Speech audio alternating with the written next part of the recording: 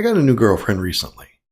We've actually been dating for a little while already, and she's already gotten the approval of my parents, which is great as they seem to get along nicely. She's actually the first girlfriend that I've had in a very long time. Because I'm a single dad and I've been focusing on my son and just making sure everything's good with him. But now he's getting older and I figured it was time for me to get back out there.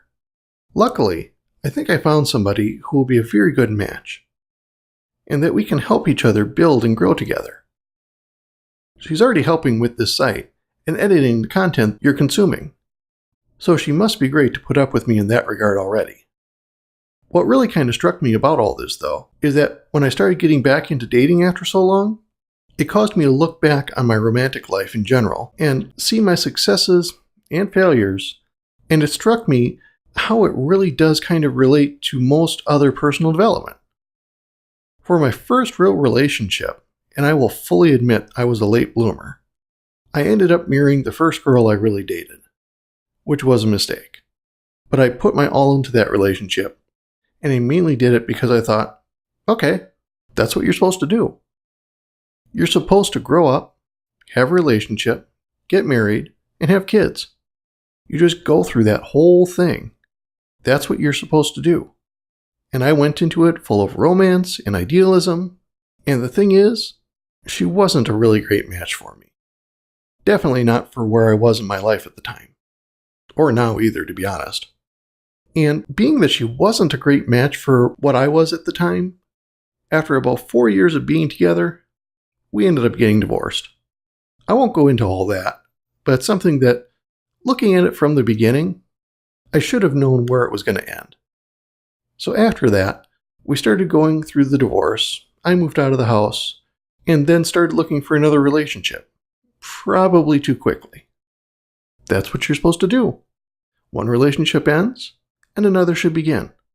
And honestly, I wanted to have somebody there with me. So I get into my next relationship, and basically did the same thing. Except this time I didn't get married.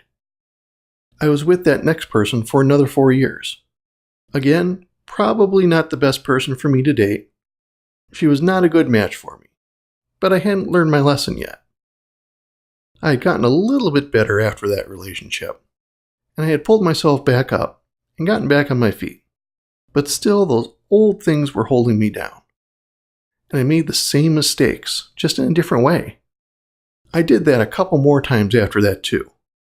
Not for as long of periods, as I was finally starting to get the lessons through my head and starting to learn from my own mistakes. I took some time off.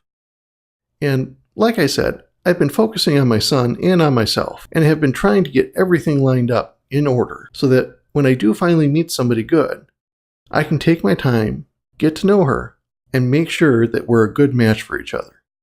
And that's exactly what I've done. I've done a number of things to build myself up over the years.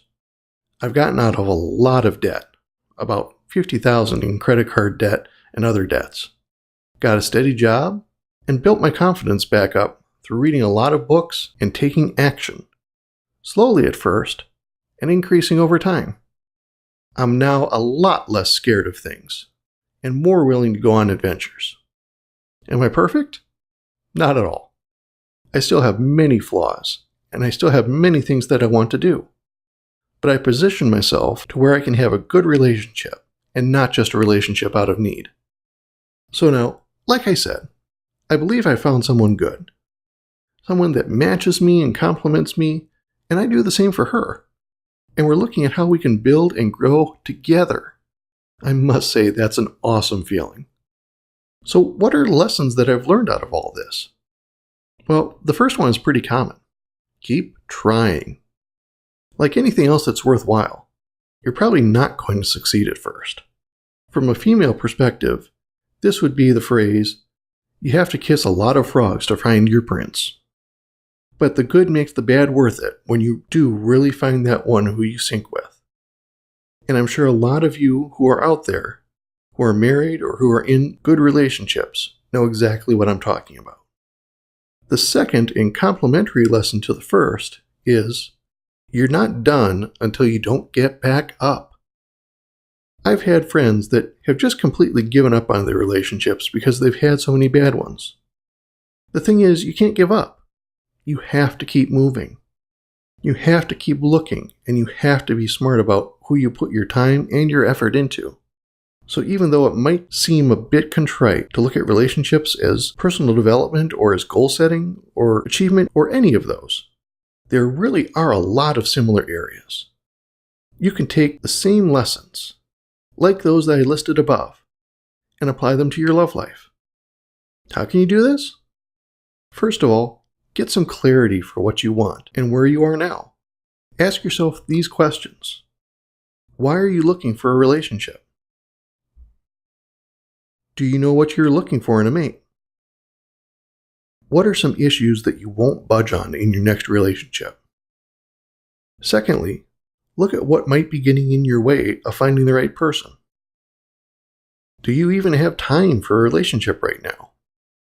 For years, I didn't. Are you the type of person that the person you want to date would date?